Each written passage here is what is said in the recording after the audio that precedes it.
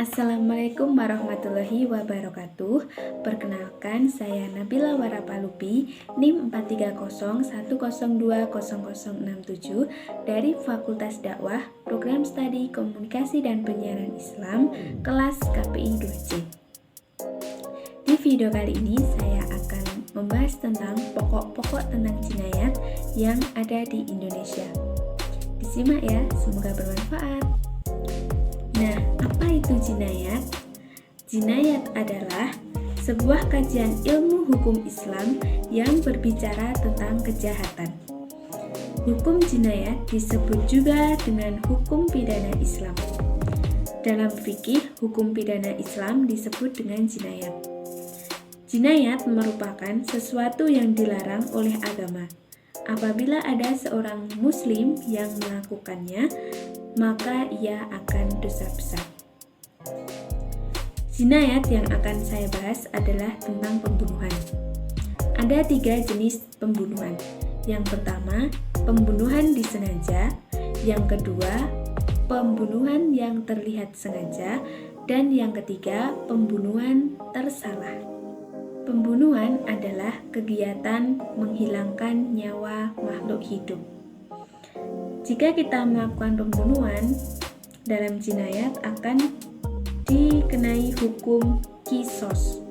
Kisos yaitu darah dibalas dengan darah, nyawa dibalas dengan nyawa. Adapun dalil yang menjelaskan tentang pembunuhan terdapat dalam Quran Surat Al-Isra ayat 33 yang berbunyi,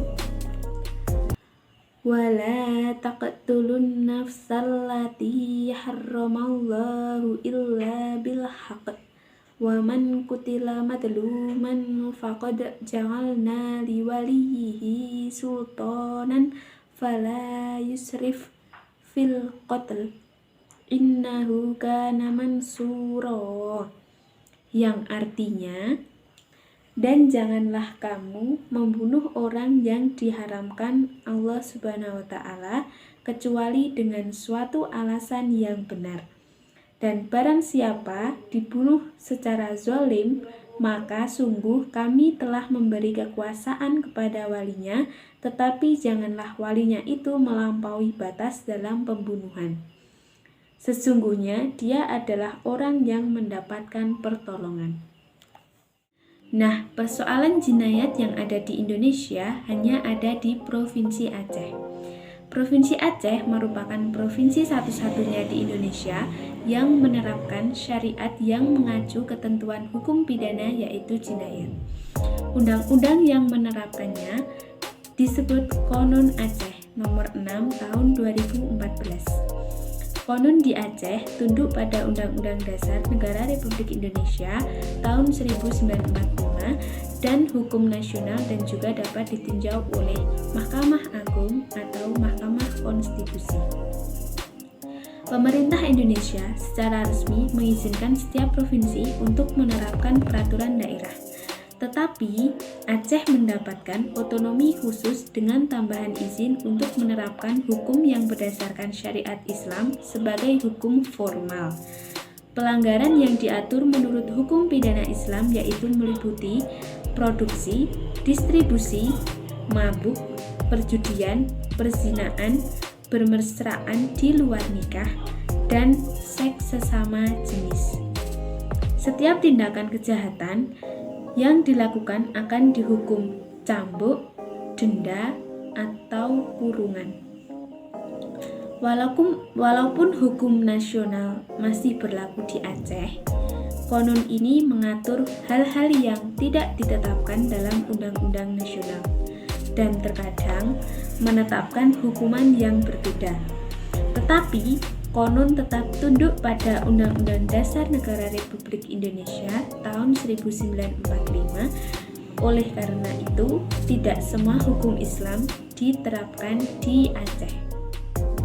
Dalam hal ini, menurut pendapat saya tentang hukum pidana Islam atau jinayat yang diterapkan oleh Aceh akan menimbulkan dampak positif dan negatif. Dampak positifnya adalah dengan adanya hukum jinayat, menurut saya masyarakat akan lebih baik, aman, tentram, dan damai, serta disiplin karena menaati peraturan tersebut. Masyarakat akan takut apabila melanggar peraturan tersebut akan dikenakan hukum pidana sesuai yang ia lakukan, sesuai dengan tindakan yang mereka lakukan, dan hukumannya akan dicambuk atau didenda atau dikurung. Dampak negatifnya menurut saya adalah dengan adanya hukum pidana Islam atau jinayat ini akan dikhawatirkan disebut dengan penyiksaan atau penganiayaan. Dengan adanya hukum cambuk dapat dianggap sebagai tindakan penyiksaan dan bertentangan dengan Undang-Undang Dasar 1945 dan juga hak asasi manusia internasional. Dan juga dapat menyebabkan luka fisik dan kejiwaan yang berkepanjangan. Jadi, demikian materi jinayat yang dapat saya jelaskan. Apabila masih ada kurang dan lebihnya, mohon dimaafkan.